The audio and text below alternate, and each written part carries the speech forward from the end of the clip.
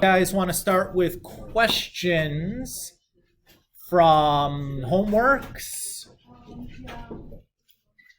Yeah, I'm happy to take a minute, let you look up what you need to.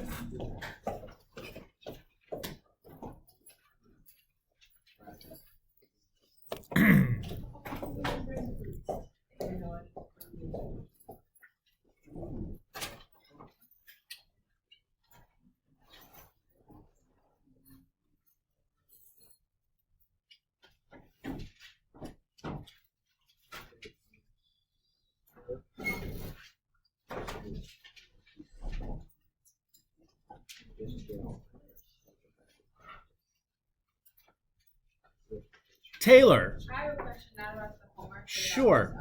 Homework. Okay. Is it due this Sunday or just next Sunday? Break. I can't remember what I put it in for the calendar, but I probably won't look at anything till we get done with break. I think, yeah, online it says this Sunday, but like if I don't do it by this Sunday, can it be next Sunday? Sure. Okay. You know me. What do due dates matter to Mr. Kulik? Not a whole lot. Not a whole lot. Yeah. You know, I'm going to give you guys that much courtesy because I would like that much courtesy in your space. You know, like I'm trying really hard, but life happens. I get it. Sophia, did you find what you're looking for? 6.3 number 2? 19. Okay.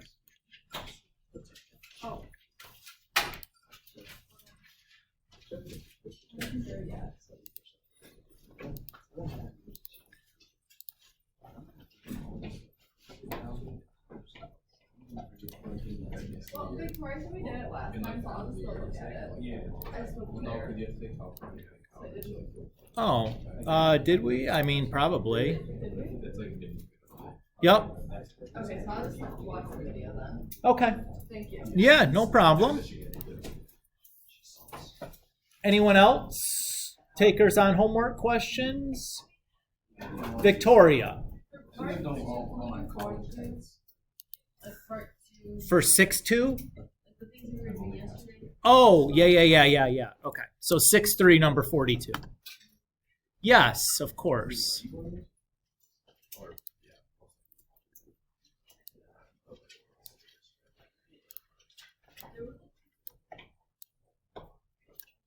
All right.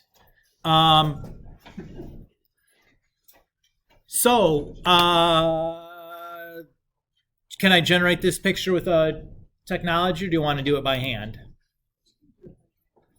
Okay.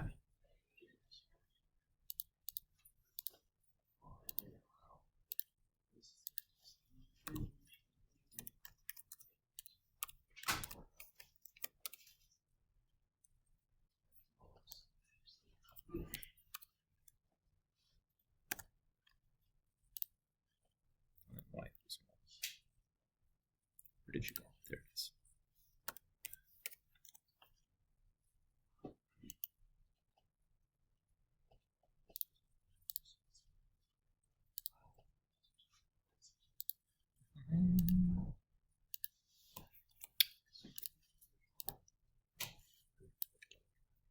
All right.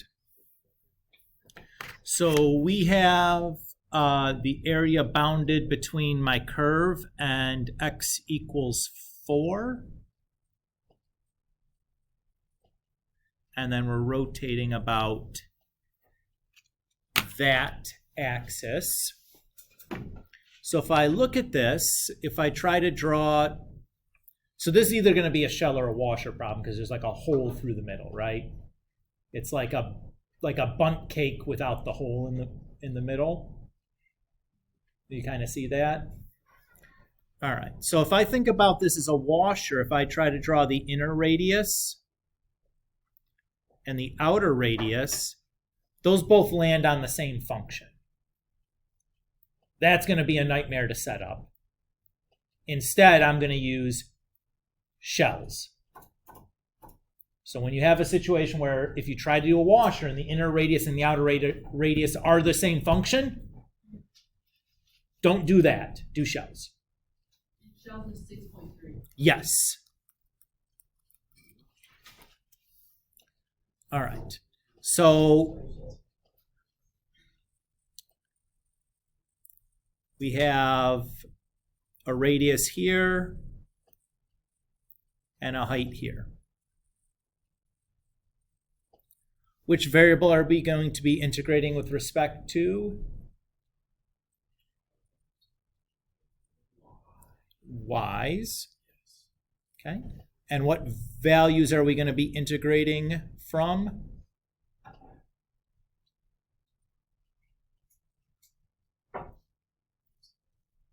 I would need to be integrating from here to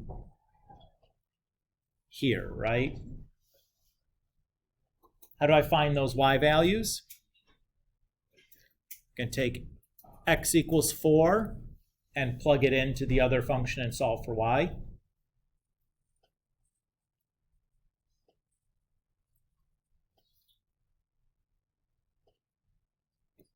So far, so good. To solve this for y, what do? Square root both sides. Very good. Don't FOIL it out. I mean, you can, but it's like yuckarooskies. And then we'll add 3 to both sides. So 3 plus 2 is 5. And then 3 minus 2 is 1, which matches what I'm seeing in my picture.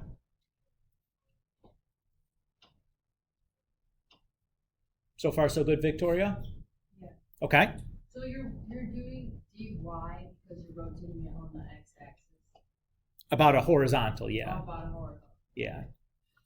I'm not at rotating on the x, but it's horizontal, right? So, like, same difference. So far, so good? Okay. So let's figure out a way to write my radius. So I know that this distance is y, and this distance is 1. So my radius is y minus 1.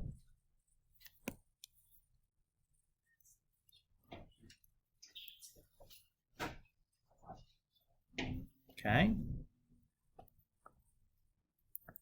If I do the same thing now for my heights, that's x, and that's 4. So my height is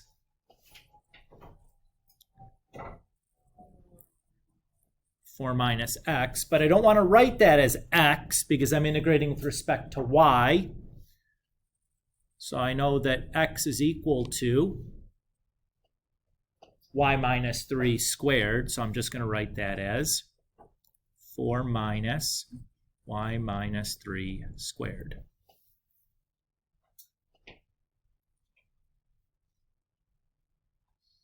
And then I just need to do the integration, right? Which in this case is going to be a hassle because you have like the quadratic there that you got to FOIL out, and then you got to FOIL the other thing into the quadratic, which is kind of, but it'll be fine. You could probably make it work with U sub if you really tried hard, but I think I'd pass.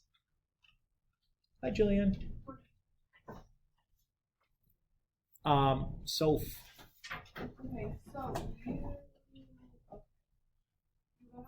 you did the stuff in the light blue to find your bounds. Yes. And then you needed to use the y minus 3 squared for the equation because you're using y. Correct. So you need y. Yeah, so I took my h that was in terms of x and I had to write it in terms of y because I'm integrating with respect to y. And you knew that h was 4 minus x equals 4 in that area. Well, if I look at the picture I've drawn, Right. so this part is 4, that part is x. Right. So h is 4 minus x, right? And really getting good at drawing that picture is like the hardest part, right? If you can draw that picture effectively, consistently, these are not that hard to set up. But it's getting used to and getting good at drawing that picture. And once you get good at that, this all starts kind of clicking into place. And you're like, yeah, I can get the right answer every time now. Woohoo! Or if you do make a mistake, it's like, why is that wrong? And you go back and you look, oh, I'm dumb. I should have been, I wrote 4 and it should have been 1 or whatever, like it's one of those things. But that's really the dealio.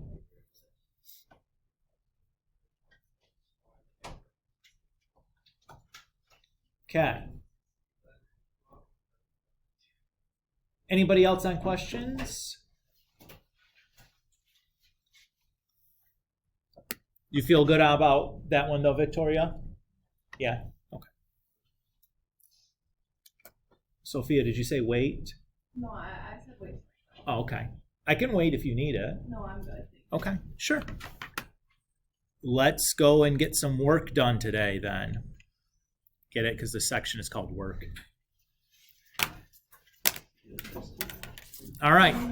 Use guys that are in physics right now. Rejoice, because this will be a little bit familiar.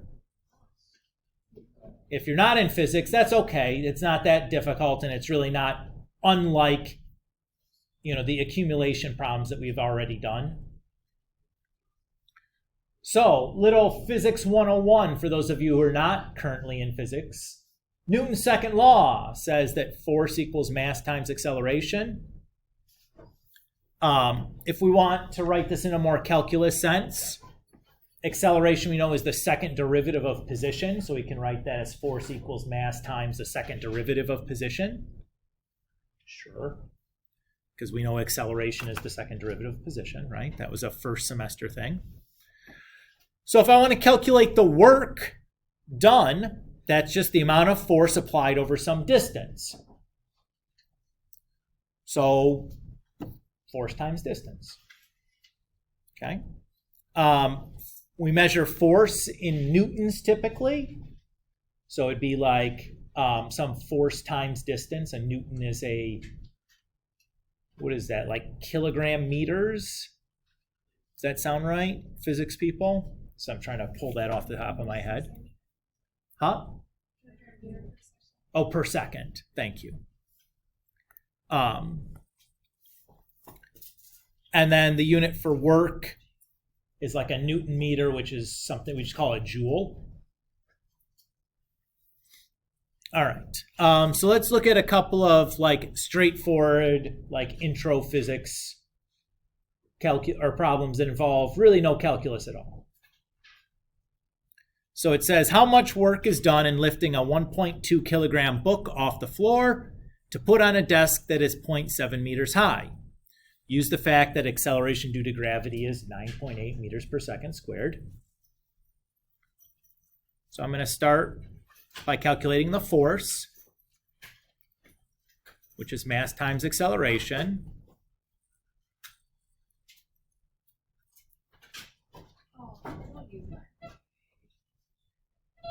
And work, which we know is force times distance.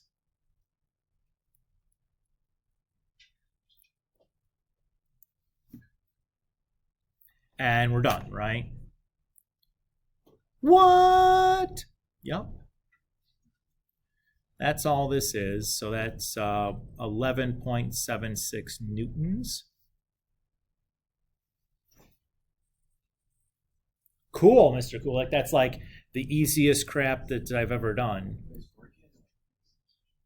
Or I'm sorry, joules. Sorry, joules. Check. Yes, thank you.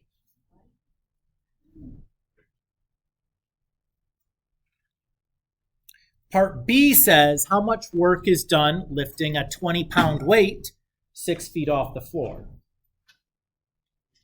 Okay, what's the force going to be?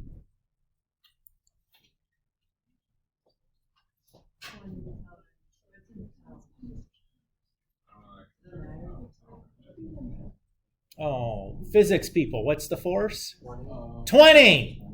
Wait, Mr. Fuller, for the first one, I just keep getting 8.2. Yeah, that's it.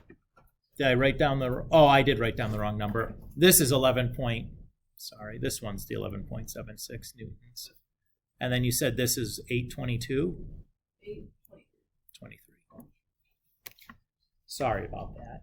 My apologies. Thank you, Sophia.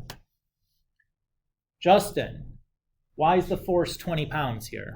That's a weight and not a mass. Oh, it's a weight, not a mass. These are different in physics. Weight is a force due to gravity.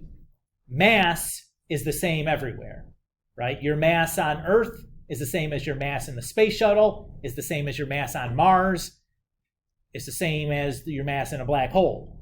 Your weight, all of those places, is going to be different because the force of gravity is different in all those locations. So 20 pounds is a force as opposed to a mass. Oh, Mr. Kulik, that's just dirty right there. I can't help it. I didn't invent physics.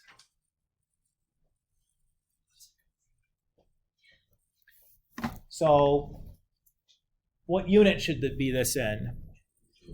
Nope. Because we didn't do newtons times meters. Foot pounds. What are the two units? Foot and pounds. So it's a foot pound. So instead of like converting them, you can just put the pounds. Heck yeah. This is math class, not physics class. Heck yeah. We're not I'm not mucking around with units if I don't have to. Like, can I though? Sure. It'll probably not match the answer in the back of the book, but you're welcome to do that. I just can't make my physics brain any more complicated. Yeah. Like actually. All right. So, Mr. Kulik, why the heck, or why is this in a calculus section? I don't see any need for a calculus here. Here's the catch. In all of these, the force being applied was constant. Because what is the physical phenomenon generating our force here? In gravity in each of these two situations. And gravity is constant at the surface of the Earth. I mean, if you changed elevation dramatically, gravity lessens, but like we're talking about like 6 feet, which is like not going to change gravity at all. Is pounds a mass or? So pounds is a weight unit. And in addition, in the problem, it says weight in the problem. It says another indicator for you. What would happen, though, if the force was not constant, if it was variable?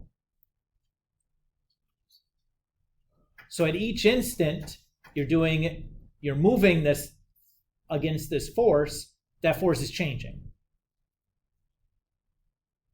What you would do is you'd add up the amount of work done in that singular instant for each of those instants where the force is changing, and when you're done adding up all those works, you get your total work, right?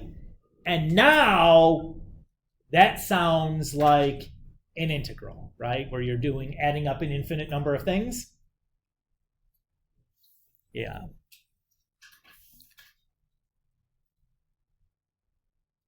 So our work then is just the sum of these infinitely many forces that were taken at in some instant times the change in position over that instant, which is the same as the integral of my force function dx. Right, where the dx has just become the change in distance because that's the infinitesimal. Okay, so far so good. Sounds very much like the accumulation function stuff we talked about last chapter, right? All right, a particle is located a distance x feet from the origin. A force of x squared plus 2x pounds acts upon it. How much work is done moving it from x equals 1 to x equals 3? Well, I'm going to be integrating with respect to what variable? X, and my bounds of integration will be from, and my force is?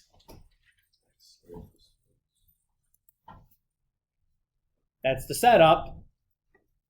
Woo!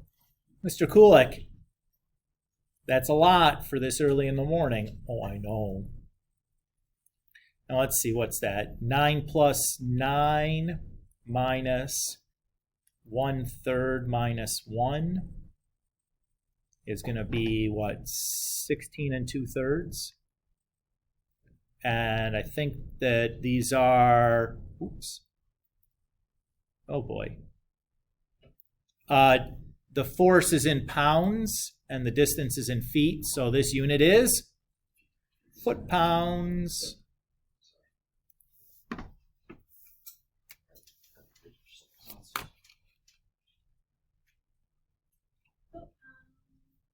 Which is a fun word to say, right? Everybody feel okay about this? All right. So if we just give you the force function, it's like literally a plug and chug with an integral. Another common setup is using springs. If you think about a spring, like the more you compress it, the harder it is to compress, or the more you stretch it, the harder you have to pull to stretch it out. So these are a common setup for these kinds of problems. So in physics, you have something called Hooke's law, which states the force required to maintain a spring stretched x units beyond its natural length is proportional to x. That is, your force function will be of the form f of x equals kx. So the k is a constant specific to that specific spring. So you'll probably have to find that in each situation. So depending on how big the spring is, what material it's made out of, how many coils it has, how big the coils are versus how small they are, all these things would potentially change your constant. And x here is just the distance past the natural length. So let's look at an example here. So it says a force of 40 newtons is required to hold a spring that has been stretched from its natural length of 10 centimeters to a length of 15 centimeters. How much work is done in stretching the spring from 15 centimeters to 18 centimeters? So when I read this, I hear two different problems. This first piece,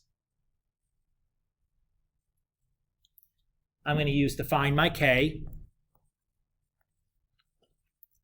And the second piece here is going to be to find the work.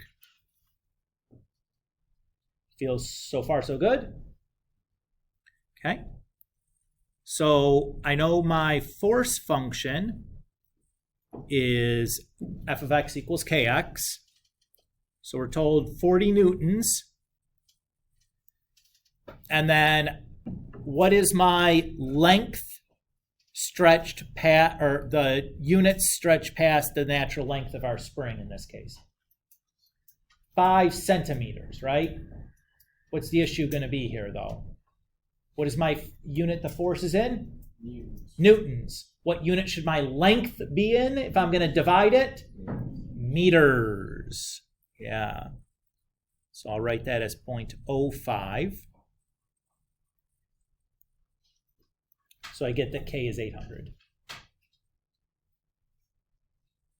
Where did you get 105 from? Well, we've been stretched 5 centimeters past the natural length, and I converted that to meters. So my force function is f of x equals 800x. So now let's do our integral.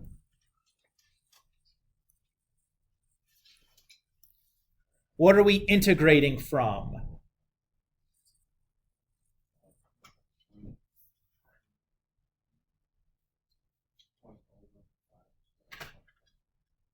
Nope.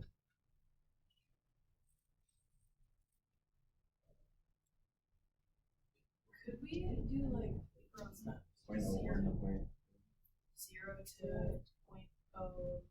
Oh, 0.1. No, no.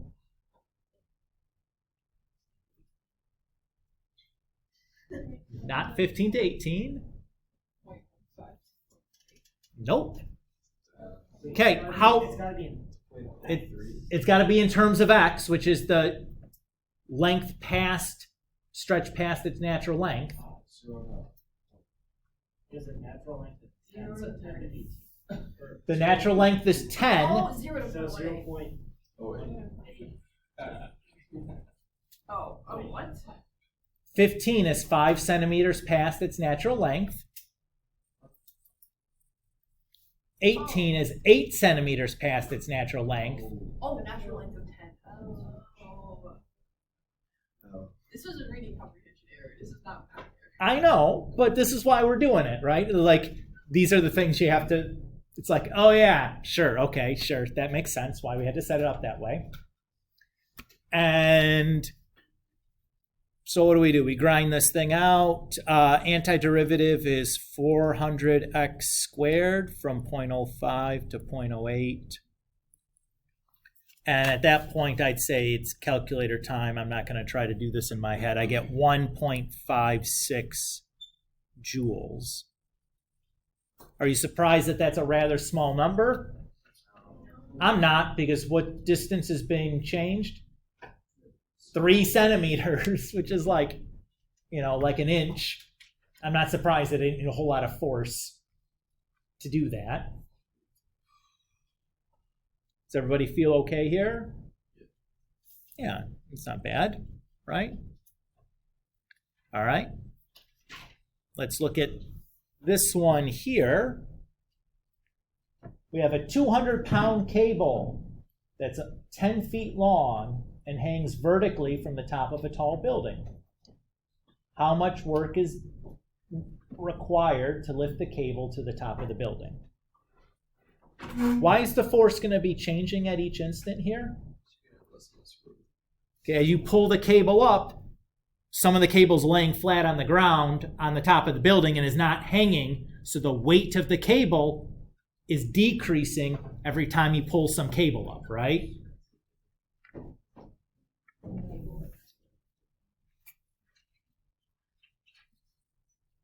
So let's just draw ourselves a little picture so we can kind of get the feel for it.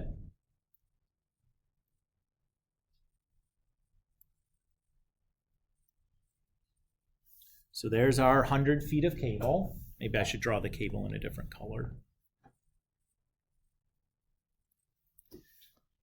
Woo! So I'm going to kind of embed an XY axis here. I'm going to make the top of the building 0. And we're going to draw the 100 in this direction.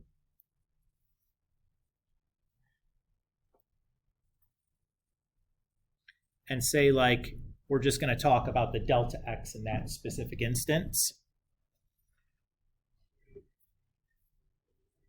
And let's say the delta x is 1 foot. Everybody's okay there? How much weight did we take off the cable by moving it? 1 foot. 2 meters, or 2 pounds, right? Everybody agree with that? Wait, how did you get that? 2 pounds? Well, if the cable is 100 feet long and weighs 200 pounds, must weigh each foot of cable is 2 pounds of weight, right?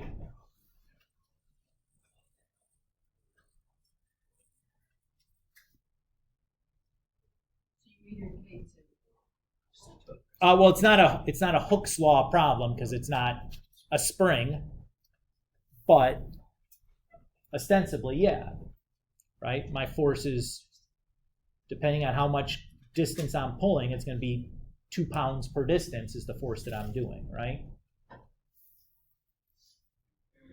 Okay.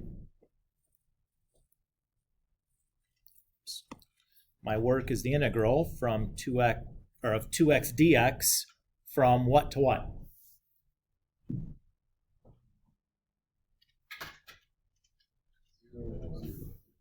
Yeah, 0 to 100.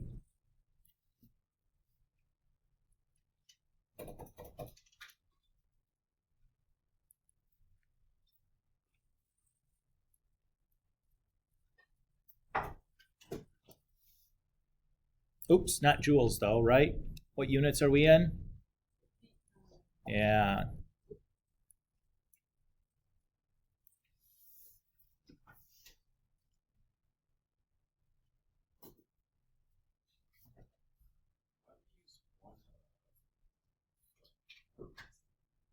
I was just doing as an example to get an idea of like how to write my function.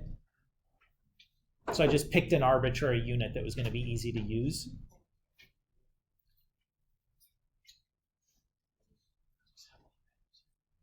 So it was just like as an example for me to figure out how to write that function.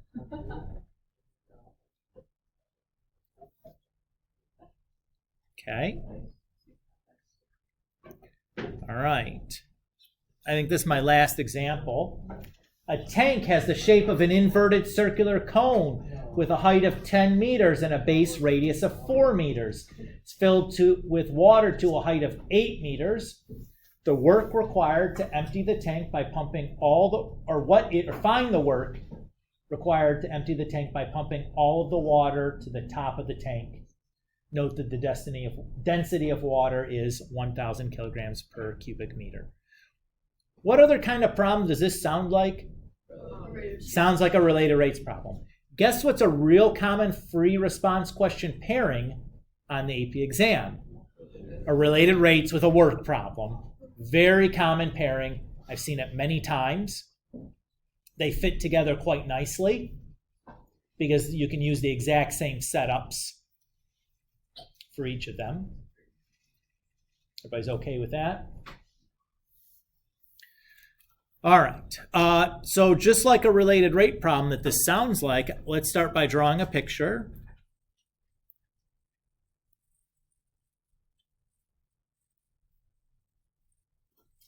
So there's my inverted cone. We're told the height of the cone is 10 meters. And the radius for the cone is 4 meters. And we're told that we have some water then in the cone also. I'm real proud of my artwork right now. Where the height of the water is 8 meters. And the radius for that water is going to be something else, right?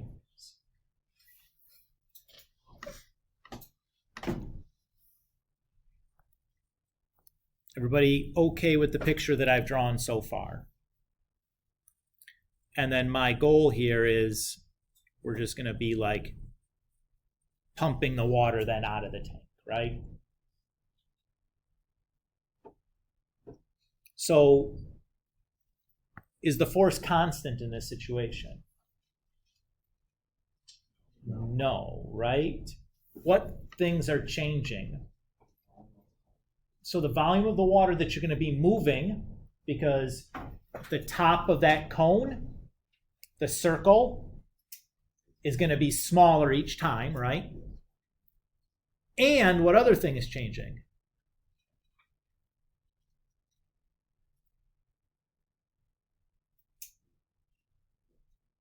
The distance you have to move the water to the top of the tank, right? In the first instance, how far do you have to move the water? 2 meters, right? Because the water is 8 meters high and the tank is 10 meters tall. At the very end, how far do you have to move the water? 10 meters. Everybody feel okay with that? So the integral that we're going to write is going to be with respect to the height of the cone, because that's the distance that we're moving. And we know that at the beginning, it moves 2 meters. And at the end, the water, we have to move it 10 meters. So we'll be integrating from 2 to 10. How do we know it goes 2 meters? Well, the water is 8 meters high and the tank is 10 meters tall. So there's 2 meters initially that from the very top of the water to get it out. Does that feel okay? Okay. All right. So we're going to now think about some arbitrary point here.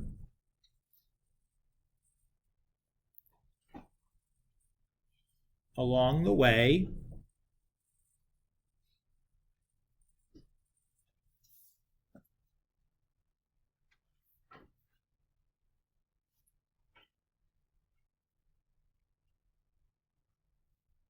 So this is the height of the water. I'm going to put like a star next to it because it's like at just some instant. And that's the radius for the water. And I'll put a star on that to indicate that it's at like some instance. What variable do I need this in terms of? H for the water, right?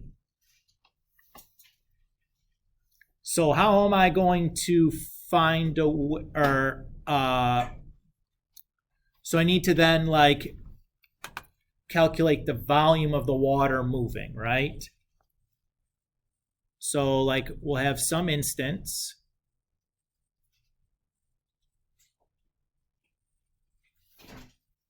where that's like my DH tall cylinder.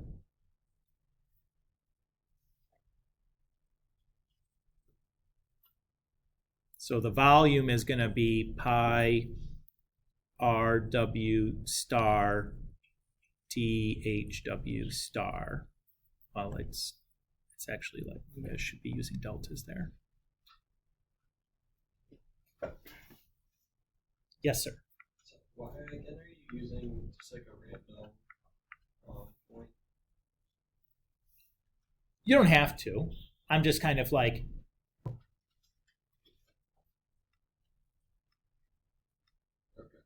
because I don't want to accidentally start using like 8 as the height of the water. Yeah. For the height of the water, because it's not, that's a variable, right?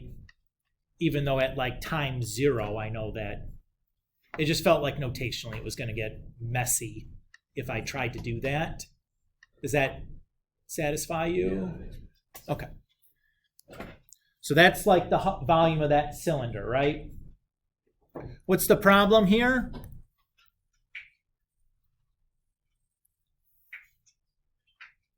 I have a radius in that formula. I need to be integrating with heights. So I need to rewrite that radius in terms of heights.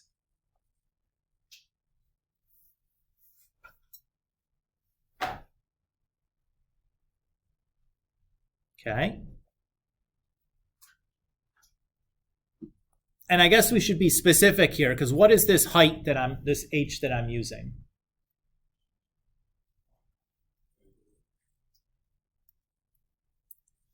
The h is like the distance that the water has to move, right?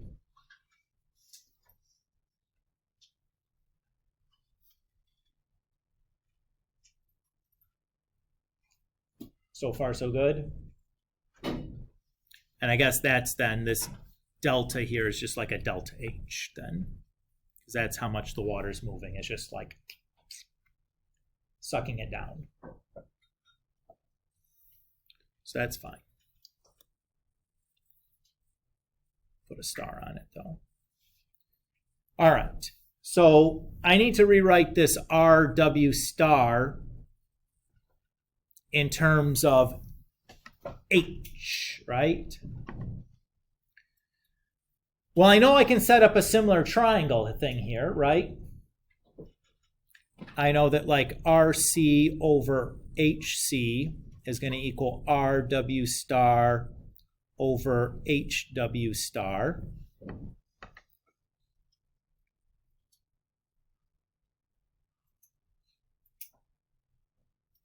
And those guys, the radius and the height of those cylinder, or of the cone, excuse me, are constants. Those are always the same. But I still kind of have two variables here, right? I need to find a way to rewrite the height of the water in terms of that distance that we're moving the water. Anybody see a way to do that?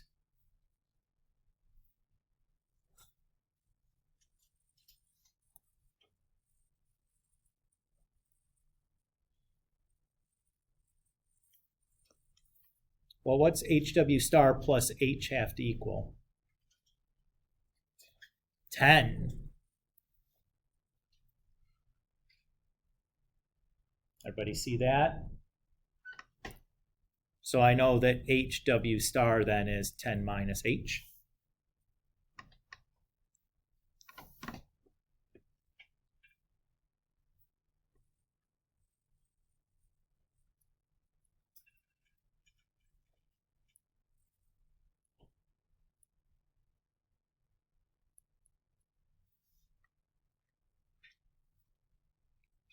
And now if I solve for RW,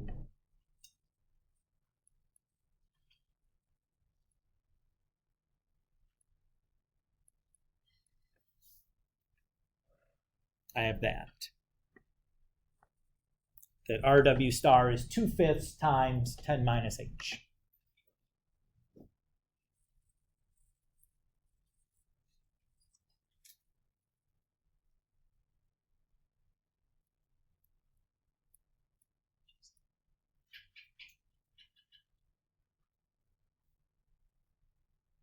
This is R squared. So that's, yes, so that's pi r squared. That's the volume. Actually, I shouldn't have started writing this in yet. Let me hold off on writing that in yet. So that's the volume of the water moved. But that's not a force, right? That force is going to be equal to the weight of the water. Correct? How do I calculate the weight of the water?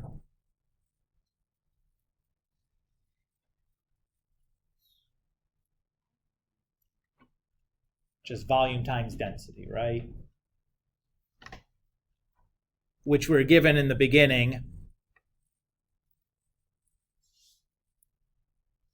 Oops. Heck.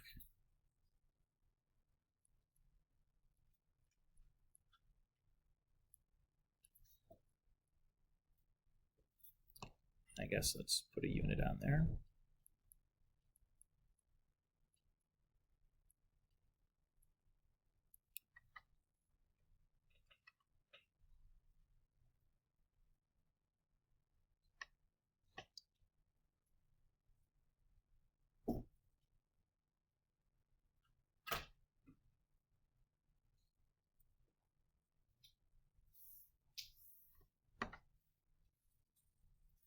Well, this is just, I should say, this is going to be the mass of the water, excuse me. Because we're in kilograms, right? Kilograms is a mass unit, not a weight unit. How do I turn that into weight then? Yeah, there you go.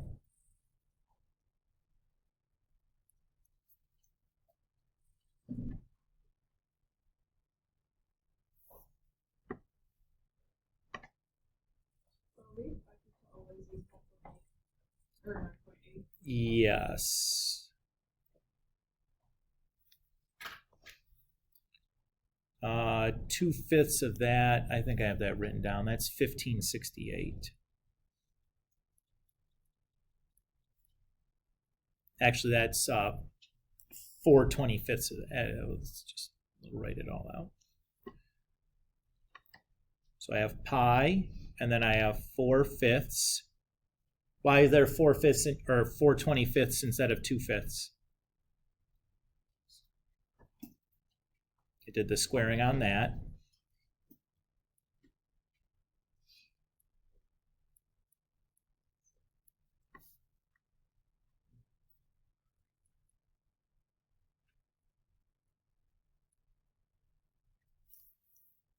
So that's 1568 pi times 10 minus h squared.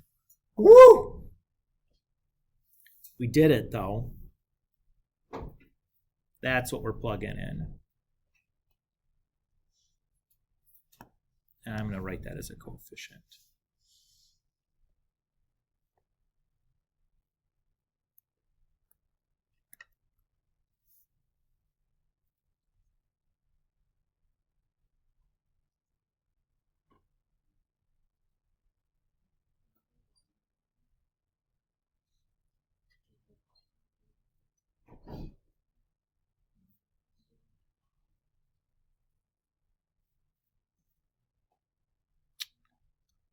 Hold on one tick, guys, one tick.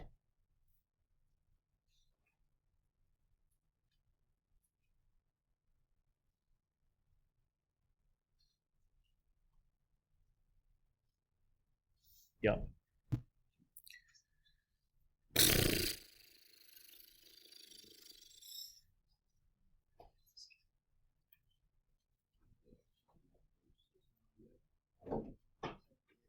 Yep.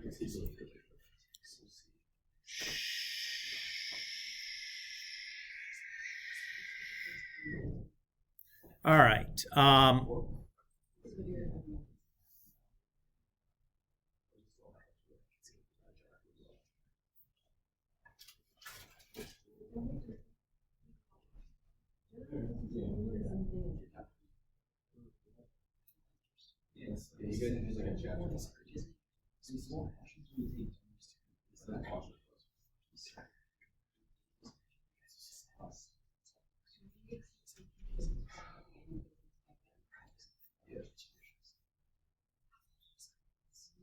Okay.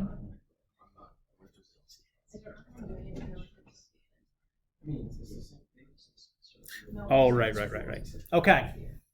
Okay.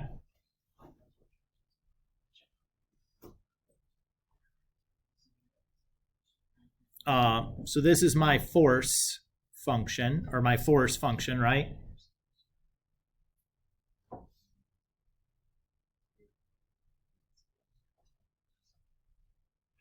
But remember how we talked about two things were changing, both force and the distance traveled? So what we want when we do our work, it's going to be the sum of these forces evaluated at some x times that distance traveled at x, right?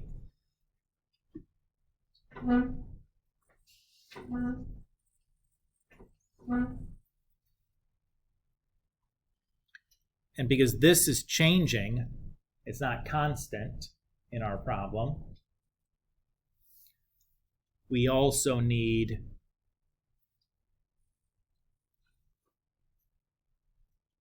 an h there.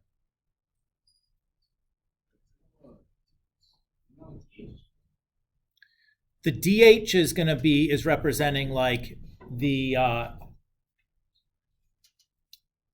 so the dh is describing like the amount that the height is changing, like the amount of water we're dropping down. But then that water has to travel a new distance each time. It's traveling further and further each time. That's why that extra h is in there, to account for the height of the water traveling, changing. Unlike the previous problems where like the amount of distance the thing is moving when you're as you're applying the force to it wasn't changing, right? Like you move the rope 2 feet and you move the next one 2 feet, doesn't change the amount of distance you're traveling when you're pulling the rope up. The weight is changing each time, so the force changes. Here, two things are changing. The force is changing as the water's volume is going down each instant. And the distance you have to pump the water is changing because it's the level of the tank is going down, so you have to pump it further each time. That's what the extra h is for. Do you kind of see the difference there? Yeesh. Okay. And then from here, should be good to go. My apologies for taking a minute to kind of get that clear.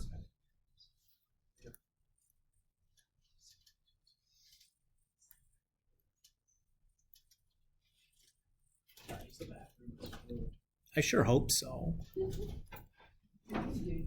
If not, consult a physician. So I'll do my antiderivatives.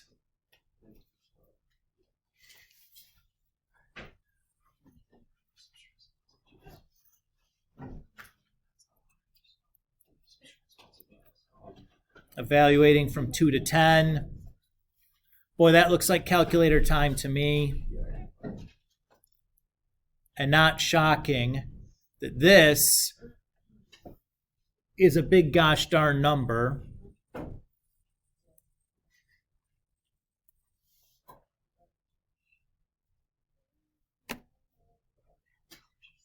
Water's pretty darn heavy, and you're moving it pretty darn far, or a lot of it pretty far. You know what I mean?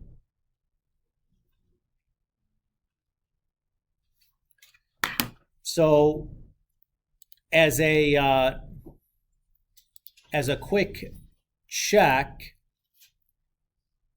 we know that we could calculate like the force of moving all the water 10 meters and the force of moving all the water 2 meters should be, this number should be somewhere in between, right?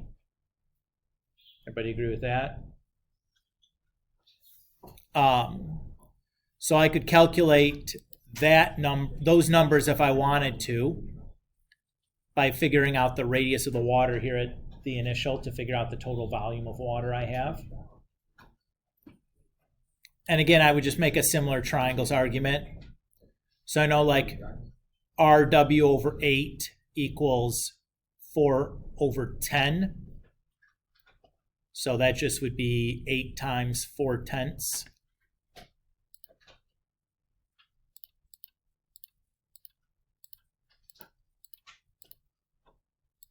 So we have pi times r, 1/3 times pi times r squared, r squared times the height of water. So that's the volume of water. And I know that I multiply 1,000 to get the weight of it. And I multiply it by 9.8 to get the gravity, or to turn into a force. And if I multiply it by 2, this would be like the minimum amount of force. That would be assuming that all of your mass of water was concentrated all at the very top and you just had to move it 2 meters.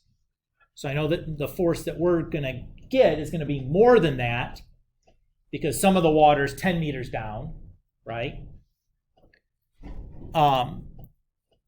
And I know then if I did that same calculation and I moved it 10 meters, this would be like an upper bound. So I know that my actual answer should lie somewhere in between these two numbers. And I have 3.4 with 6 zeros or 5 zeros after it, which would be like, yeah, so that's 8.4 with 5 zeros after. That's 1.6 with 5 zeros after it. 3.4, we notice, is like right in between, right? I wonder, as an aside,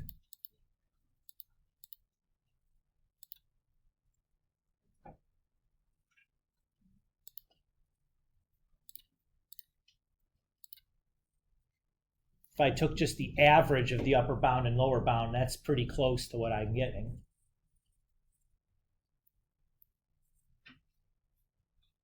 Right? Is that pretty close to my answer? Yeah. 3.4 times 10 to the 6th. That's kind of neat.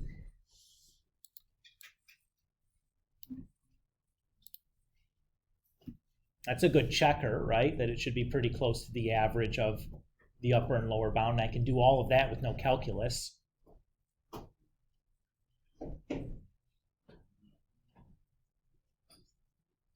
You got what I'm saying? Luke? Will the radius of your pipe affect how much work needs to be done? I don't think so.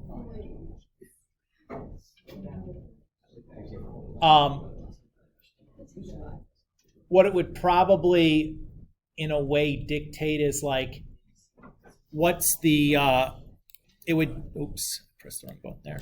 What it would dictate is like the rate in which you could move the water out of there, but I don't think it would affect the amount of work you're doing, because at the end, it doesn't matter how you're moving the water, whether you're taking it in like little teaspoon scoops, or if you're taking like 50-gallon fish tank scoops.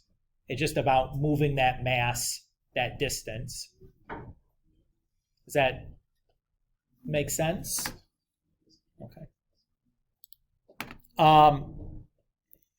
That's it for today here, folks. That was my last example for you guys. Oops. Will there be like, we're obviously gonna have a chapter test on this.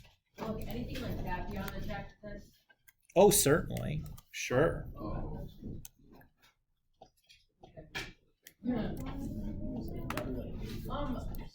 On our homework quiz tomorrow, is it like gonna be AP? Yeah, so the homework quiz questions tomorrow. I have 2 AP questions that are like Just 2 questions? just 2 questions. They have parts. So I think there's like, I looked at the scoring guidelines for the old AP exams where I pulled these from. And these are both like 9 points total for the question. So there's 18 total AP points. And I'll score this as I would. Good morning. For 1 second? Sure. I'll score this as I would an AP, like I'll grade it like an AP with using their grading guidelines. And then I'll assign your scores based on like the 1, 2, 3, 4, 5, like the AP would. So like 70% and better is like a 5. So I think that's like more than 11 points you need to get or whatever. So I looked at the AP distributions and kind of prorated the scores on the quiz to kind of match those. But that's kind of the setup. It's really only the main content for these is really just sections like 6.1 through 6.3 is like the core content. Like there's little like straggly ideas from like way back when, like first semester things kind of scattered in there, but like that's how the AP exam is. But the core stuff you need to do is like section 6.1 through 6.3 stuff. Will we know which one to choose where workshops? I'm sorry, what? Will we know like which one we have to use 6.2 for and which one we have to use 6.3? Well, here's the good news, Sophia. Shells is not part of the AP/AB curriculum. So every problem they give you is like a, either area of like a polygon, like a disc or a circle or a rectangle or a square or a triangle, or it's a washer. So we will never use 2 pi. You could use it if you wanted to, but there's no problems that you would really need to do it on the AP exam. They're not expecting you to be able to do that. Is that like a BC topic? I don't know, but it would be when I did this in college, we certainly did both of them. I think that every college calculus course. It's like taught us because it's like a good idea to know. Yes. Yeah. And after we finish like the rest of the AP stuff, we're going to circle back and I'm going to give you guys some more content that, like, if you're taking college calculus class, you'll for sure have to do this, even though it's not part of the AP. You get a free day. Yeah. I bring in like some beach chairs. You like turn that, like put a movie on. Do you really want to teach or calculus? I mean, I like teaching calculus, but don't ask me that question. That's the wrong question, Paul. Luke. What do you mean by like old like stuff? No, I mean like concepts about like, like a function would reach its maximum minimum when its derivative is equal to 0. Like crap like that. Like stuff that's just kind of like common, what I would call common understanding by now at this point in the calculus course. So it'd be like things like that might kind of creep their way in there. It wouldn't be something hyper specific as like, oh shoot, I needed to do like the intermediate value theorem here and like be able to remember the criteria. No. Intermediate value, I swear. Amanda. So is this going to be like online or on? It's going to be on paper because these are free response questions, and like asking you to type it online I think is like super annoying both for you and then for me to grade. I'd rather just have it on a sheet of paper where I can like look at what you've done and give you like some real feedback. A little bit easier than having to type something in like bleh. So yeah, and oh, by the way, so there's 2 questions. One of them is calculator. One of them is no calculator. Okay, So no being able to graph it. Well, what if it comes with a picture? Okay. Maybe on the no calculator ones it came with a picture. Maybe even on the calculator ones it came with a picture. Who knows? Right? If it comes with a picture, then it should be fine. In theory, right? At least that part of it won't be an issue. Like, I don't know what this looks like. Well, I have a picture. Okay, I know what it looks like. I still don't know how to do it. But at least you know what it looks like, right?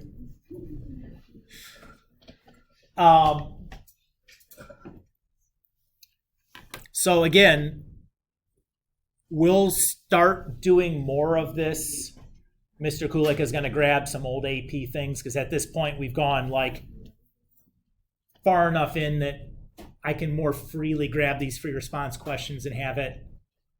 I'm not like, oh, we can't ask that yet because we haven't done all of these other things that are kind of inherently baked into part of this question.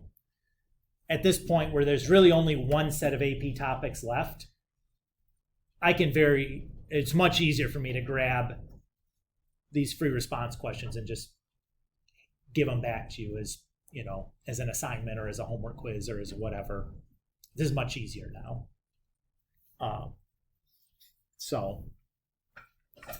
And if it goes horribly, then maybe we don't have to count it, right? Like, it's whatever. Like, does Mr. Kulik really care about this kind of stuff?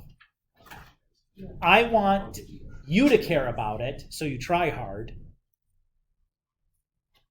But I want you to, like, learn it, not, like, punish you because you're just bad at doing something you haven't really ever had to practice doing before. Right? So, like, if it's a giant mess after I sit down and grade them, as Mr. Kulik always found a way to try to make things, like, more fair at the end, always have tried to do that for you guys, right? So don't freak out. And again, remember, like 50% is like 3 territory on the AP.